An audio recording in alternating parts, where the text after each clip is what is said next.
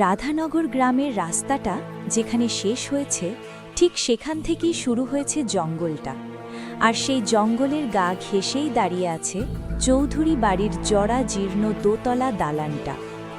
গ্রামের লোকেরা এই বাড়িটার দিকে তাকাতে ভয় পায়। দিনের বেলাতেও কেমন একটা গা ছমছমে ভাব ঘিরে থাকে বাড়িটাকে।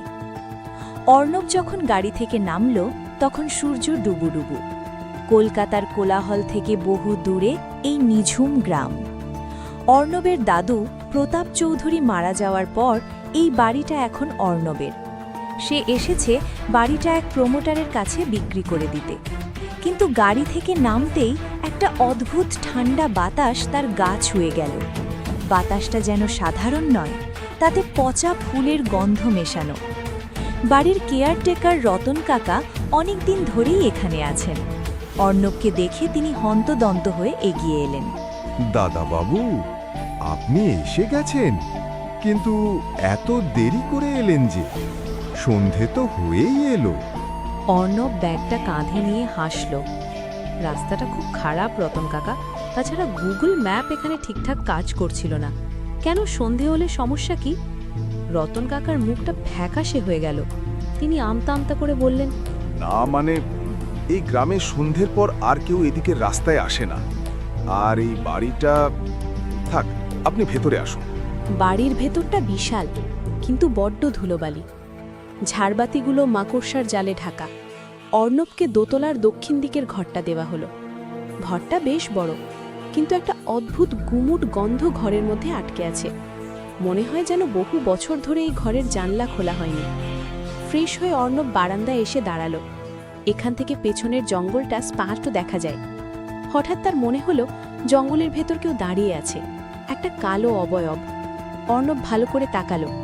না, কেউ নেই, হয়তো মনের ভুল। রাতে খাওয়ার সময় রতন কাকা খুব ইতস্তত করে একটা কথা বললেন। দাদাবাবু, একটা কথা বলি, কিছু মনে করবেন না। রাতে যদি কোনো আওয়াজ পান বা কেউ যদি নাম ধরে ডাকে, দয়া করে দরজা খুলবেন না। অর্ণব অবাক হয়ে বলল, কেন? চোর ডাকাতের ভয় আছে নাকি? কেন? চোর ডাকাতের ভয় আছে নাকি? রতন কাকা মাথা নিচু করে ফিসফিস করে বললেন। অর্ণব আধুনিক ছেলে, এসব কুসংস্কারে তার বিশ্বাস নেই। সে হেসে উড়িয়ে দিল। ধুর রতন কাকা, ওসব গাঁজাখুরি গল্প। আপনি শুয়ে পড়ুন, আমার ঘুম পাচ্ছে। রাত তখন 2টো। বাইরে ঝিঝির ডাক ছাড়া আর কোনো শব্দ নেই। অর্ণবের হঠাৎ ঘুম ভেঙে গেল কিসের একটা শব্দে। মনে হচ্ছে ছাদের ওপর কেউ ভারী পায়ে হাঁটছে। খট খট খট। শব্দটা ধীরে ধীরে সিঁড়ি দিয়ে নিচে নেমে আসছে। অর্ণব বিছানা থেকে উঠে বসল। বুকটা ধড়াস ধড়াস করছে। সে কি ভুল শুনছে, নাকি রতন কাকার কথাই সত্যি?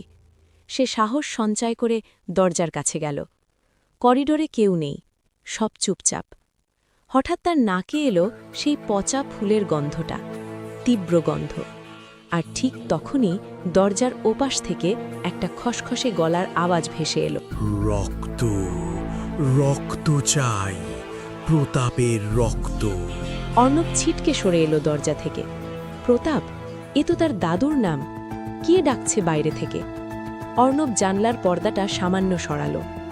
বাইরে চাঁদের আলোয় উঠোনটা দেখা যাচ্ছে। আর সেই উঠোনের মাঝখানে একটা মাটির হাড়ির চারপাশে গোল হয়ে বসে আছে 3টে কালো কুকুর। তারা ওপর দিকে মুখ করে অদ্ভুত স্বরে কাঁদছে। আর তাদের মাঝখানে পোতা রয়েছে একটা লাল সালু কাপড়ে মোড়ানো বাঁশ। অর্ণব ভয়ে পিছিয়ে এলো। এটা কি কোনো সাধারণ ঘটনা, নাকি সত্যিই কোনো কালো জাদুর ফাঁদে পা দিয়েছে সে? টেবিলে রাখা জলের গ্লাসটা কাঁপতে শুরু করল। অর্ণব অনুভব করল ঘরের তাপমাত্রা হঠাৎ করেই অনেকটা কমে গেছে। তার ঘাড়ের কাছে কারুর নিঃশ্বাস পড়ছে, খুব ঠান্ডা একটা নিঃশ্বাস। সে ঝট করে পেছনে ফিরল। কেউ নেই, কিন্তু আয়নার দিকে তাকাতেই তার রক্ত হিম হয়ে গেল। আয়নায় অর্ণবের নিজের প্রতিবিম্বের ঠিক পেছনে দাঁড়িয়ে আছে এক জটাজুটোধারী লোক, যার সারা গায়ে ভস্য মাখা, আর চোখ দুটো জ্বলজ্বল করছে লাল আগুনের মতো। লোকটা হাসল। সেই হাসিটা কোনো মানুষের হাসি নয়। এসেছিস, অনেক দিন পর চৌধুরী বংশের রক্ত এই ভিটায় ফিরে এসেছে। অর্ণব চিৎকার করতে চাইল, কিন্তু গলা দিয়ে কোনো স্বর বের হলো না। তার চারপাশের দেওয়ালগুলো যেন ধীরে ধীরে কাছে এগিয়ে আসছে। অন্ধকারের কালো ছায়া গ্রাস করতে আসছে তাকে। পরের দিন যখন অর্ণবের ঘুম ভাঙল, তখন জানলা দিয়ে রোদ এসে তার চোখে মুখে পড়েছে। ধড়মড় করে উঠে বসল সে। গত রাতের কথা মনে পড়তেই তার শির দ্বারা দিয়ে একটা হিমশীতল স্রোত বয়ে গেল। সে কি স্বপ্ন দেখছিল? কিন্তু স্বপ্নটা এত বাস্তব হয় কি করে? আয়নাটার দিকে তাকালো অর্ণব। সাধারণ একটা পুরনো আয়না, তাতে নিজের বিধ্বস্ত চেহারা ছাড়া আর কিছুই দেখা যাচ্ছে না। সে ভাবল হয়তো যাত্রার ক্লান্তি আর রতন কাকার ওই ভুতুরে গল্পের কারণেই মনের এই ভুল। নিচে নেমে আসতেই রতন কাকা চা নিয়ে এলেন। অর্ণব লক্ষ্য করল রতন কাকার চোখ দুটো খোলা, যেন সারা রাত ঘুমননি। অর্ণব জিজ্ঞেস করল, রতন কাকা, কাল রাতে কি আপনি ওপরে গিয়েছিলেন? মানে আমার ঘরের সামনে? রতন কাকা চমকে উঠলেন। অর্ণব কথাটা চেপে গেল। দুপুরের দিকে অর্ণব গ্রামের একটু ভেতর দিকে হাঁটতে বেরোল। উদ্দেশ্য গ্রামের পরিবেশটা একটু বোঝা আর দাদুর ব্যাপারে খোঁজ খবর নেওয়া। গ্রামের রাস্তাটা নির্জন। কিছু দূর যাওয়ার পর একটা ভাঙা শিব মন্দির চোখে পড়ল। মন্দিরের চাতালে বসে বিড়বিড় করছিল এক জটা জুটোধারী বৃদ্ধ। গ্রামের লোকে একে পাগলা হরিপদ বলে ডাকে। অর্ণবকে দেখেই হরিপদ হঠাৎ থেমে গেল। তার ঘোলাটে চোখ দুটো অর্ণবের ওপর স্থির হল। হঠাৎ সে ছুটে এসে অর্ণবের হাতটা খপ করে ধরে ফেলল। তার হাতটা বরফের মতো ঠান্ডা। হরিপদ ফিসঠিস করে বলল, রক্তের গন্ধ, তোর গায়ে রক্তের গন্ধ। তুই কেন এসেছিস? পালা, অমাবস্যার আর 2 দিন বাকি, তার আগে পালা। অর্ণব বিরক্ত হয়ে হাত ছাড়িয়ে নিল। কি যাতা বকছেন, ছাড়ুন। ছাড়বে না, ওরা তোকে ছাড়বে না। প্রতাপ চৌধুরী যে ঋণ করে গেছে তা সুদে আসলে শোধ করতে হবে তোকে। পোড়া ভিটার নিচে যা আছে তা জেগে উঠছে রে, জেগে উঠছে। গ্রামের কয়েকজন লোক এসে হরিপদকে সরিয়ে নিয়ে গেল। অর্ণব দ্রুত পায়ে বাড়ির দিকে ফিরল, কিন্তু হরিপদর কথাগুলো তার কানে বাজতে লাগল। পোড়া ভিটার নিচে যা আছে। বিকেলে অর্ণব ঠিক করল দাদুর পুরনো লাইব্রেরি ঘরটা খুঁজবে। দোতলার একদম কোণে তালাবন্ধ ঘরটা। চাবি রতন কাকার কাছ থেকে নিয়ে সে দরজা খুলল। ঘর ভর্তি ধুলো আর পুরনো বইয়ের গন্ধ। আলমারিগুলো ঘাঁটতে ঘাঁটতে একটা ভারী চামড়ার মলাট দেওয়া ডায়েরি তার হাতে এলো। মলাটের উপর খোদাই করে লেখা 1985। অর্ণব কৌতূহল নিয়ে ডায়েরিটা খুলল। প্রথম কয়েক পাতা সাধারণ হিসাব নিকাশ, কিন্তু মাঝখানের পাতাগুলোতে হাতের লেখা পাল্টে গেছে। লেখাগুলো তরবরে, যেন খুব ভয়ে বা উত্তেজনায় লেখা হয়েছে। একটি পাতায় লেখা, ভুল করেছি, খুব বড় ভুল করেছি। বংশরক্ষার সম্পত্তির লোভে আমি কাপালিক কাল ভৈরবকে এই ভিটায় ডেকে এনেছিলাম। সে বলেছিল তান্ত্রিক ক্রিয়ায় সব মুশকিল আসান হবে, কিন্তু তার বদলে সে আমার আত্মার দখল নিতে চায়। সে বলেছে আমার বংশের কাউকেই সে ছাড়বে না। বাড়ির পেছনের আম গাছটার নিচে আমি পুঁতে রেখেছি সেই অভিশপ্ত। লেখাটা এখানে অস্পষ্ট। কালির ওপর জল বা অন্য কিছু পড়ে লেখাটা মুছে গেছে। অর্ণব পড়ার চেষ্টা করল, কিন্তু পারল না। তবে একটা নাম বারবার উঠে আসছে, কাল ভৈরব। হঠাৎ কারেন্ট চলে গেল। ঘরটা অন্ধকারে ডুবে গেল। অর্ণব টর্চটা জ্বালাতে যাবে, ঠিক তখনই তার মনে হলো ঘরের কোণে কেউ দাঁড়িয়ে আছে। সেই পচা ফুলের গন্ধটা আবার নাকে আসছে। এবার গন্ধটা আরও তীব্র। অর্ণব কাঁপা গলায় বলল, কে ওখানে? কোনো উত্তর এলো না, শুধু একটা ভারী নিঃশ্বাসের শব্দ শোনা গেল। অর্ণব টর্চটা জেলে আলোটা কোণার দিকে ফেলল। কেউ নেই, কিন্তু মেঝের ওপর একজোড়া ভিজে পায়ের ছাপ স্পষ্ট দেখা যাচ্ছে। ছাপগুলো আলমারির দিকে এসে ঠিক অর্ণবের পায়ের কাছে এসে থেমে গেছে।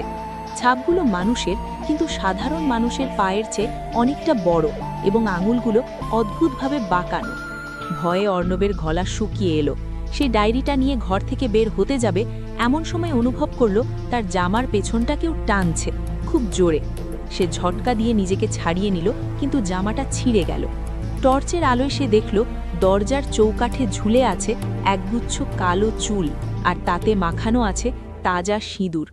দৌড়ে নিজের ঘরে এসে দরজা বন্ধ করে দিল অর্ণব। তার বুকের ভেতরটা হাঁপড়ের মতো ওঠানামা করছে। দাদু কিসের কথা লিখেছিলেন? আমগাছের নিচে কি পোতা আছে? আর এই পায়ের ছাপ কার?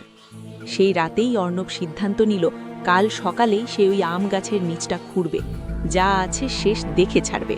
কিন্তু সে জানত না আজকের রাতটা পার করা তার জন্য কতটা কঠিন হতে চলেছে।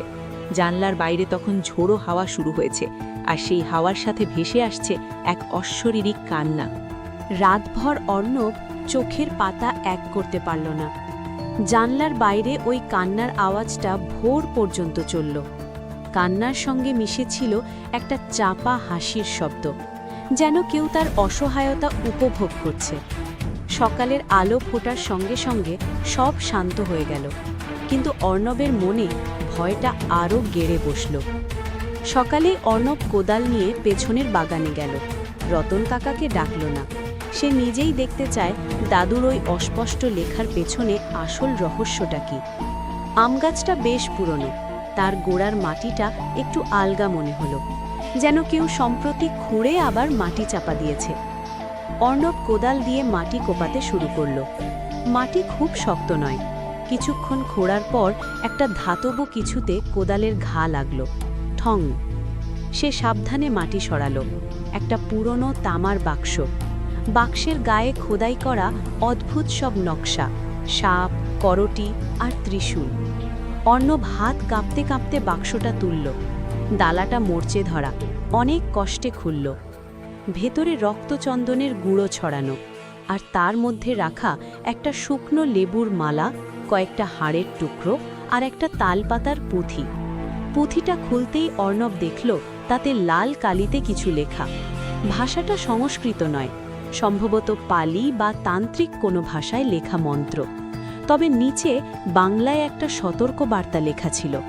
এই বাক্সটি যার হাতে পড়বে তার বংশে কেউ বাঁচবে না।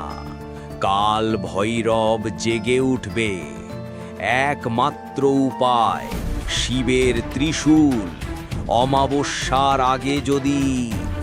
বাকি অংশটা পোকায় কেটে ফেলেছে। অর্ণব বাক্সটা নিয়ে ঘরে ফিরল। রতন কাকা বারান্দায় দাঁড়িয়েছিলেন। তার চোখ দুটো রক্ত জবা হয়ে আছে। অর্ণবকে দেখে তিনি ছুটে এলেন। দাদাবাবু, ওটা কি? ওটা তো... অর্ণব বাক্সটা লুকানোর চেষ্টা করল না। রতন কাকা ভয়ে কাঁপতে লাগলেন। ফেলে দিন দাদাবাবু, এক্ষুনি ওটা ফেলে দিন। ওটা অভিশপ্ত।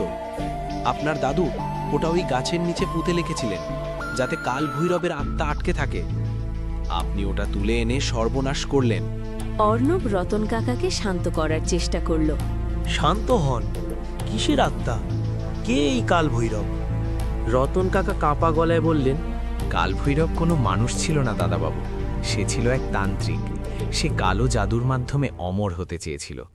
আপনার দাদু তাকেই ভিটায় আশ্রয় দিয়েছিলেন, কিন্তু পরে বুঝতে পারেন কাল ভৈরব তার ক্ষতি করতে চায়। তখন দাদু এক বড় সাধুর সাহায্য নিয়ে তাকেই আম গাছের নিচে জীবন্ত কবর দিয়েছিলেন, আর তার আত্মাটা বন্দী করেছিলেন ওই বাক্সে। আপনি বাক্সটা তুলে এনে তার মুক্তি ঘটিয়েছেন। অর্ণব কথাগুলো বিশ্বাস করতে পারছিল না, কিন্তু তার মনে হলো রতন কাকা মিথ্যে বলছেন না। হঠাৎ রতন কাকা চিৎকার করে উঠলেন, দাদাবাবু, আপনার হাতে ওটা কি? অর্ণব নিজের হাতের দিকে তাকালো।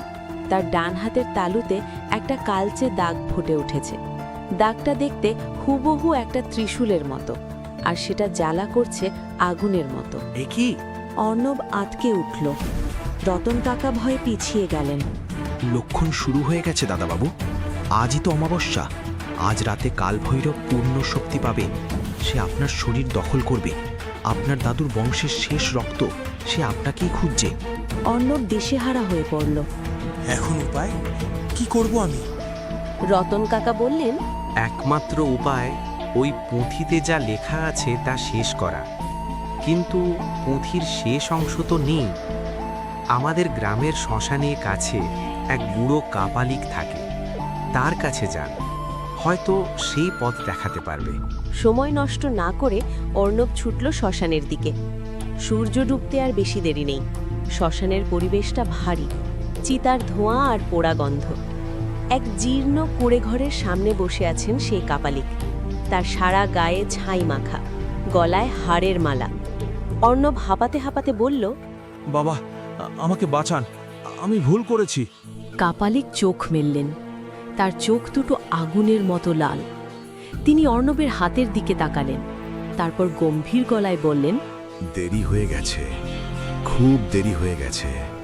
আজ রাতে সে আসবে, তাকে আটকানো কঠিন।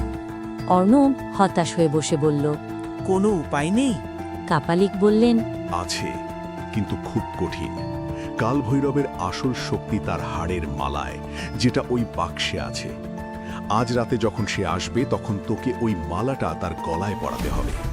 যদি পারিস তবে সে আবার বন্দী হবে, আর যদি না পারিস তবে তুই শেষ। অর্ণব চমকে উঠল। কিন্তু সে তো অশরীরে, আমি তাকে ছোঁব কি করে? এটা হাতে রাখবি। যতক্ষণ এটা থাকবে সে তোর শরীরের দখল নিতে পারবে না।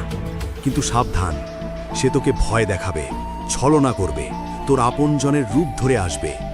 ভুল করলেই মৃত্যু।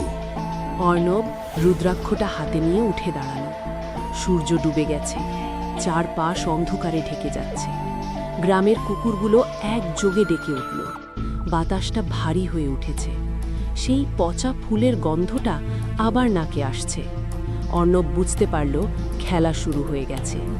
আজ রাতে এই পোড়া ভিটায় হবে জীবন মৃত্যুর লড়াই। সে কি পারবে কালভৈরবকে আবার বন্দি করতে, নাকি নিজেই হারিয়ে যাবে অন্ধকারের অতলে? শ্মশান থেকে ফিরতে ফিরতে রাত গভীর হয়ে গেল। গ্রামের পথ জনমানবহীন। দূরে কোথাও একটা হুতম প্যাঁচা ডেকে উঠল। অর্ণব বাড়ির গেটের সামনে এসে দাঁড়াল। আজ অমাবস্যা, আকাশ কুচকুচে কালো। চৌধুরী বাড়ির বিশাল দালানটা অন্ধকারের মধ্যে একটা দৈত্যের মতো দাঁড়িয়ে আছে। গেটের তালাটা খোলা। অর্ণব অবাক হল। রতন কাকা কি কোথাও বেরিয়েছেন, নাকি? বুকের ভেতরটা ছ্যাঁত করে উঠল। সে দ্রুত পায়ে ভেতরে ঢুকল। রতন কাকা, রতন কাকা। কোনো উত্তর নেই, শুধু নিজের গলার স্বরটাই প্রতিধ্বনি হয়ে ফিরে এলো। বাড়িটা আজ বড্ড নিস্তব্ধ, ঝিঝির ডাকও শোনা যাচ্ছে না। অর্ণব পকেট থেকে রুদ্রাক্ষের মালাটা বের করে শক্ত করে ধরল।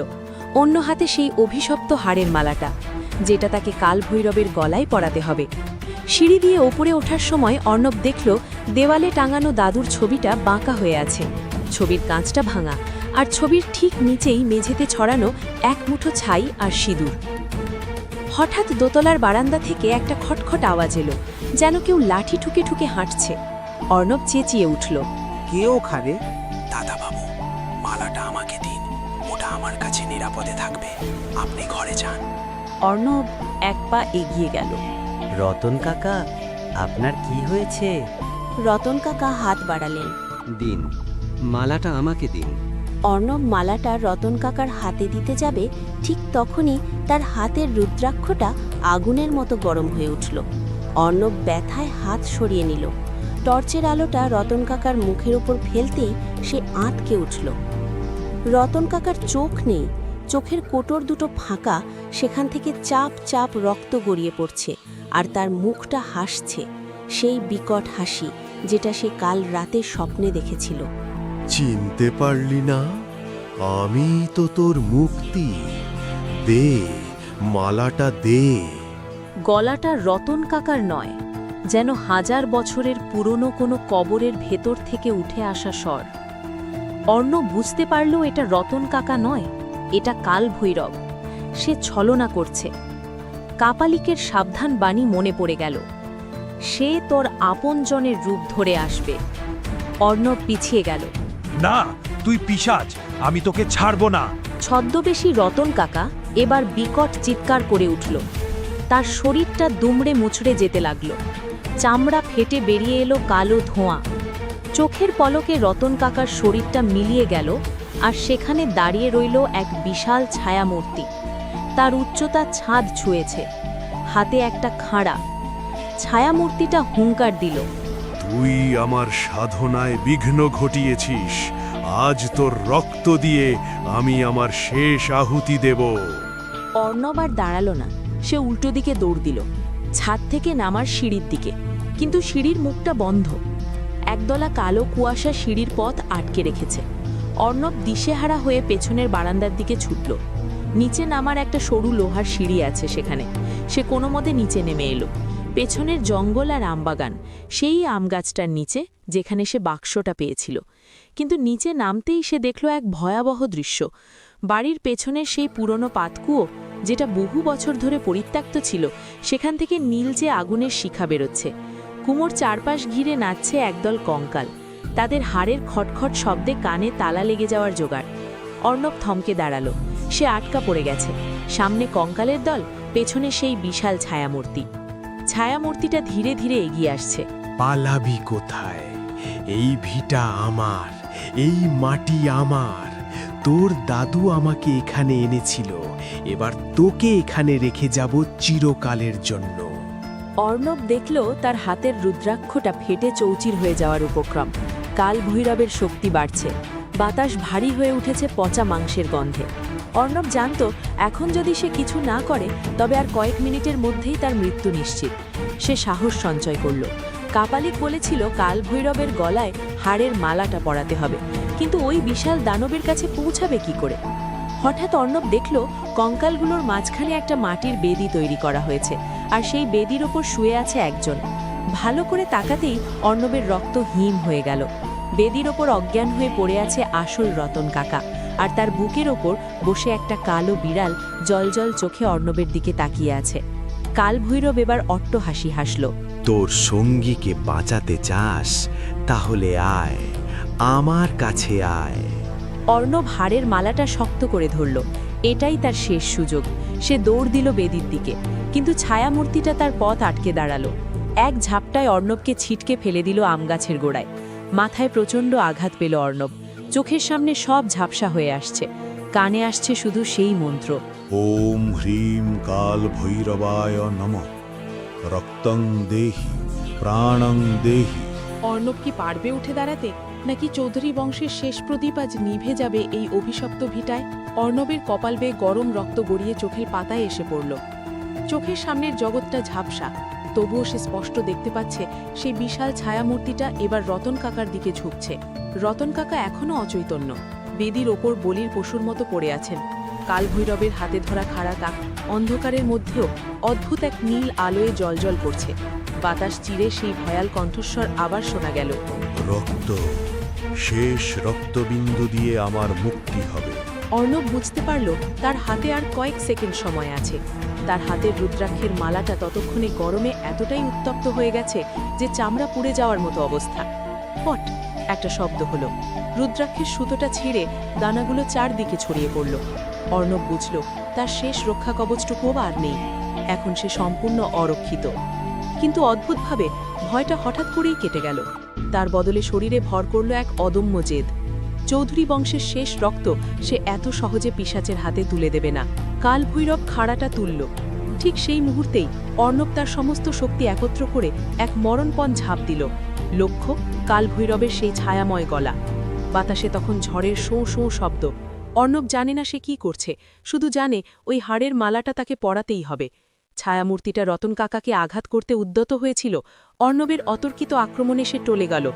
অর্ণব শূন্যে ভেসে থাকা অবস্থাতেই সেই হাড়ের মালাটা ছুঁড়ে দিল মূর্তিটার গলার দিকে। মালাটা ছায়ার শরীর স্পর্শ করতেই এক অকল্পনীয় ঘটনা ঘটল। যেন জ্বলন্ত কয়লায় জল ঢেলে দেওয়া হয়েছে। কাল ভৈরব বিকট এক চিৎকার করে উঠল। সেই চিৎকারে আমগাছের পাতাগুলো ঝরঝর করে ঝরে পড়তে লাগল। বাড়ির জানলার কাঁচগুলো ঝনঝন করে ভেঙে পড়ল। না, প্রতারণা, তুই আমাকে আবার বাঁধতে পারবি না।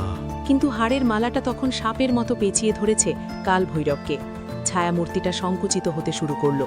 কালো ধোঁয়াগুলো পাক খেয়ে খেয়ে সেই তামার বাক্সের দিকেই যেন ফিরে যাচ্ছে। অর্ণব ছিটকে পড়ে গেল মাটির ওপর।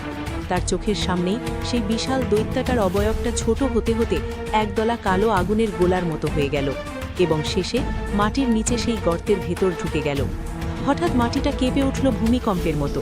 অর্ণব দেখল গর্তের মুখটা আপনা আপনিই মাটি দিয়ে ভরাট হয়ে যাচ্ছে, আর সেই ভরাট মাটির ওপর ফুটে উঠল একটা রক্ত জবার মতো লাল আলো, যা ধীরে ধীরে মিলিয়ে গেল। সব শান্ত। ঝড়ের শব্দ থামল। ঝিঝি পোকারা আবার ডেকে উঠল। অর্ণব আর চোখ খোলা রাখতে পারল না। ক্লান্তিতে তার শরীর এলিয়ে পড়ল। শেষ যেটা তার মনে আছে তা হলো ভোরের পাখির ডাক আর দূরে আজানের ধ্বনি। জ্ঞান ফিরল যখন, তখন অর্ণব নিজেকে নিজের বিছানায় আবিষ্কার করল। জানলা দিয়ে চড়া রোদ আসছে। মাথার কাছে বসে আছেন গ্রামের ডাক্তার আর কয়েকজন প্রতিবেশী। রতন কাকা এক কোণে দাঁড়িয়ে কাঁদছেন। অর্ণব চোখ মেলতেই রতন কাকা ছুটে এলেন। দাদাবাবু, আপনি বেঁচে আছেন? ও ভগবান! অর্ণব উঠে বসার চেষ্টা করল। শরীরটা এখনো ব্যথায় টনটন করছে। আম গাছটা রাতেই জ্বলে ছাই হয়ে গেছে, যেন বাজ পড়েছিল ওটার ওপর। অর্ণব স্বস্তির নিঃশ্বাস ফেলল। আপদ বিদায় হয়েছে। বিকেলেই অর্ণব ফিরে যাওয়ার জন্য তৈরি হলো। এই বাড়ি, এই গ্রাম সে আর এক মুহূর্তের জন্যও সহ্য করতে পারবে না। রতন কাকাও ঠিক করেছেন তিনি আর এখানে থাকবেন না, দেশের বাড়িতে চলে যাবেন। গাড়িতে ওঠার আগে অর্ণব একবার শেষবারের মতো পোড়া ভিটার দিকে তাকালো।